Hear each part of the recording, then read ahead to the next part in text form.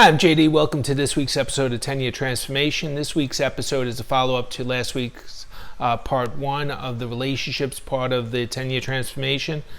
This week's episode is coming to you a little bit late on Monday. Normally I record the videos on early on Monday morning and then post them a little bit later in the day. But today I got caught up with some business that I had to take care of, so I didn't want to let the day pass without posting the video. And so like I said, it's getting to you a little bit late. You notice behind me I have kind of like, this is my kind of command center where I do all my work. And you notice I have this board behind me, and this doesn't have really anything to do with relationships, but I do think that you tend to focus on what's right in front of you a lot of times. So when I'm sitting at my desk, there's times when I'm working, spending hours sitting at my desk, hammering away at various business and projects, that type of thing. So I try to keep in front of me, different things that mean a lot to me. So if you look at this board, I have posted on here a couple, different quotes that I've had. One of them is this quote right here. This little list right here is: wake up early, work harder than you think you did yesterday, never go more than 3 days without exercising, make time to read every day. And then if you see down at the bottom, I added in handwritten, be outstanding. And that's kind of like, those are the things I look in front of me every day, and I say, well, am I doing those things? It's kind of like a check valve for how I'm doing for the day. You notice a couple other ones. The greatest enemy of great is good. You have not because you ask not. You also have a picture of my mom, wedding picture of my wife and I. Also have my kids and my place in Florida. Just a little something I want to identify behind me. So I keep those things in front of me every day. So it's at my forefront. Things are super important to me. And just keep it first and foremost in my mind. So last week's episode was called Relationships Part 1, and I touched on broad strokes of different type of relationships that you kind of have to evaluate if you're making this 10-year transformation. So where we are this week, we're going to hammer down a little bit and get into what I mean by that. So I have my notes over here. So the question I want to ask you, and I want you to maybe sit down and do a little bit of evaluation is, what are your core relationships? Who are you speaking to, pretty much on a daily basis? That could be friends, it could be family, it could be your partner, it could be anyone like that. But who are you speaking to on a daily basis? Because a lot of times, as I said, you become a reflection of those people that you're speaking to on a daily basis. And sometimes, I notice like that can deteriorate. And what I mean by deteriorate is, if you're calling up your friend and everything, best friend, and your conversation deteriorates, you notice it always deteriorates back into almost like a bitch session. You got to be really careful about that, because that kind of spiral of negativity, really doesn't benefit anyone. So I do notice a lot of people end up spending an awful lot of time just complaining about the way things are, for whatever reason. I mean, I think maybe it's human nature, but I think a lot of people spend this inordinate amount of time just complaining about things. So that circle of people that you're speaking to every day, that's a great thing. It's a tremendous resource. But you have to kind of monitor what those conversations are. If you're coming home from work and your conversation with your spouse every day is, work sucks and this, and your kids see you talking about how work sucks and everything sucks and whatever, what are you really showing them about that? What are you really teaching them? I think, and I've written quite a bit about this, but I think your kids tend to be a mirror of what your values are. So if they see you constantly down on work or down on your coworkers or blaming someone for your problems, they're going to tend to manifest that in their own lives. And that's a negative spiral. That's not really something you want to impart on your children or anyone for that matter. People don't really like being around the people that constantly complain. So you kind of check yourself. I mean, I fall into that trap. There's times where I'm talking to guys that I'm in business with, and we end up spending a lot of time complaining or what have you. And then I go back and say, well, did anything productive come out of that conversation? Sometimes you just want to blow off steam and just vent. But did anything positive come out of that conversation? And those key relationships that you have, they should have a positive tone to them. If there are conversations that are constantly focusing on the negative, it's really not benefiting anyone. And like I said, it kind of dovetails into a second relationships with, your relationships with your children or your nieces, your nephews. How do they see you? Do they look at you as saying, being someone in the family that they can look up to and ask questions of and be inspirational? Or they look at you as like, oh, here comes, Uncle JD, he's going to complain for 2 hours.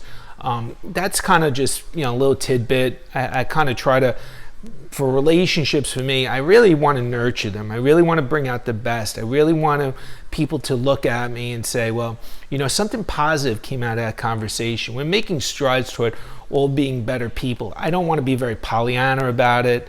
It's not realistic that everyone's just talking about, rainbows and unicorns. That's not realistic.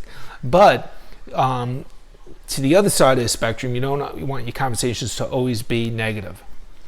One of the things, like I said, I've written about this, and I have this tremendous, great core group of friends that I've really leaned on throughout my life, and they've been there for me in ups and downs and different businesses that I've been involved in, wins, losses. They've always been there for me. And one thing I noticed recently is that, and I always try to ask a lot of questions because I don't know everything, and I started asking more questions as opposed to assuming that I knew the answer. And I just started that this week. And I really started to make it, not that I started it this week, I made a real point of it this week of asking questions. If I don't know something, I have friends that are experts in different fields.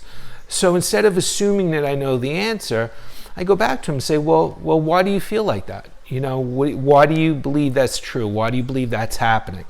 And I did it a couple times just this past weekend. And, I learned things that I didn't know. And I learned things that maybe I was just, assuming that I did know, or I had a point of view that maybe wasn't correct, or I had a outsized belief that I knew the answer, something like that. So it makes me a better person by asking a question. Just, a good friend of mine, I asked him a question about inflation. He gave me an intelligent answer, and it made complete sense. And, the takeaway was, maybe a month ago, maybe I'm assuming I know the answer to that. But now, this is coming from someone that really is an expert in economics. And, I have a better understanding of, hey, wait, maybe that was a blind spot that I wasn't really taking into consideration. So that's something you may want to do. I always use questions. I use questions a lot. And I use questions a lot in negotiations because I feel that a lot of times if someone says something, putting something back, if someone says something that maybe you disagree with, or you're in the midst of a negotiation, you feel like someone's being unfair or approaching something, you really can't move the negotiations forward, I'll pose a question back to them. Well, tell me, sir, why do you feel I'm incorrect by that? Show me where I'm incorrect, and I'll reevaluate it. Because a lot of times I think what ends up happening with this is that when you pose a question back to someone, it gives them an opportunity to answer the question. You put them on the spot, sort of, that they have to answer the question. And by putting them in that position, they have to rethink, or they have to kind of come up with an answer. And maybe sometimes they look back and say, hey, wait a second, maybe I am approaching this wrong, or maybe what I just said is not founded in truth. So it's just a little bit of tidbit that I use. Just look at my notes. Are you expressing what you feel in your heart? Okay, my writing's become super important to me, and it's progressing as best as it can. It's going to take a long time. I got a long viewpoint, long view on how much I have to get done and what I'm willing to commit to it. But I did notice that a couple people reached out to me, more than a handful, since I started putting a lot of my writing online, and said to me that my writing resonated with them strongly for one reason or the other. And something that I found over and over again in these conversations, I had about 10 conversations just in the last 2 weeks, is that I find that a lot of people aren't sharing their deepest thoughts with those that are closest to them. And that is creating a mental boundary maybe a mental problem for them.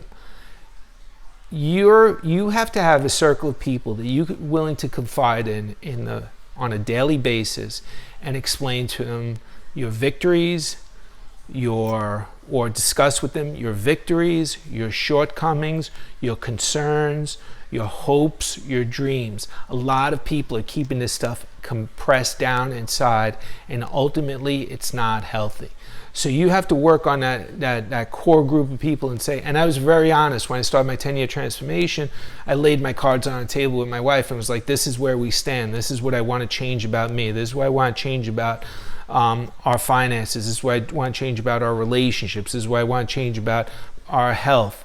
These are all things that, and I was very, very upfront. And I feel by being upfront and not hiding a lot of how I was truly feeling, it really benefited us as a partnership, as a team. And I consider my wife and I a team.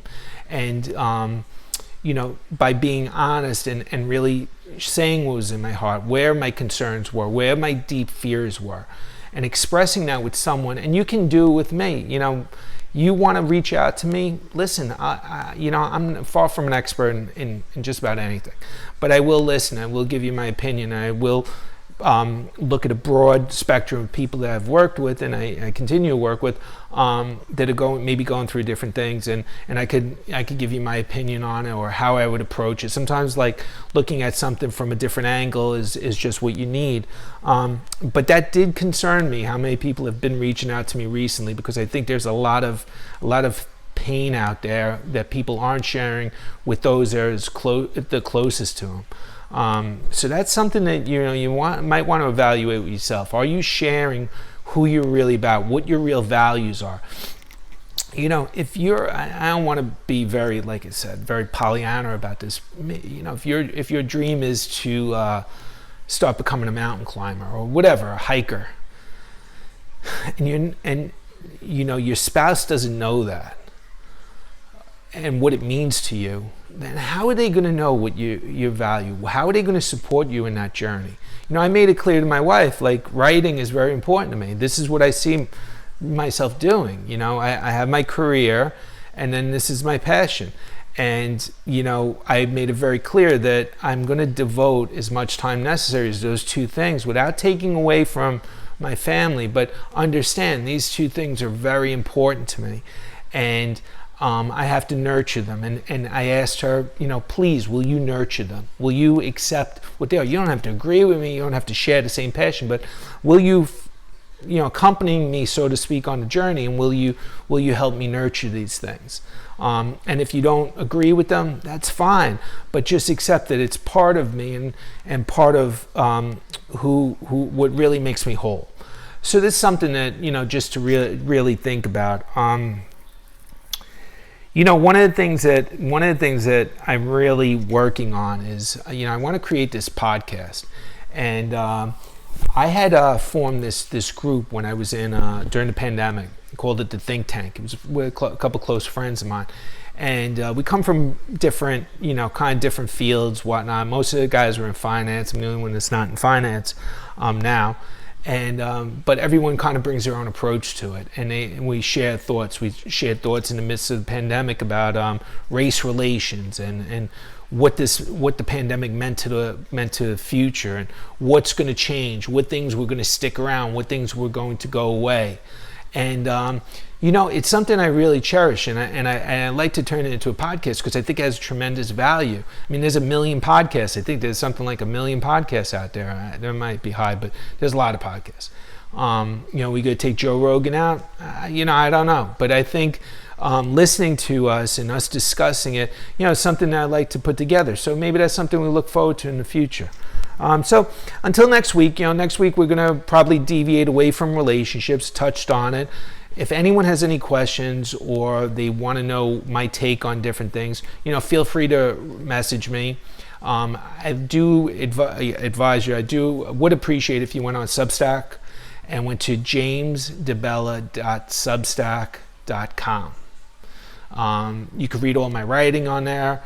And I'm trying to build up an audience, so when I do come out with my book that I'm working on, I'll have a ready-built audience they'll be receptive to it. As far as this week's product plugs go to, only product that I'm plugging this week is publiclands.com. I think it may actually be an offshoot of Dick's Sporting Goods Baseball Survey Guide. Whatever it is, I just got this great bag. It's a Patagonia sling bag. I'm going to use it for fly fishing. So it's publiclands.com. They actually asked me for a video, and I sent it to the management and why I liked Public Lands, and I told them I would be promoting it. So if you get a chance, go on to publiclands.com. Again, Purple Carrot, go on there. I've given away a couple free weeks so far. If you want, I still think I have another one, and I might have another one coming up. Type your name into the comment section, and I'll shoot you over invite. Free week, $70. But until next week, this is JD. Have a heart of a lion, and have a great day.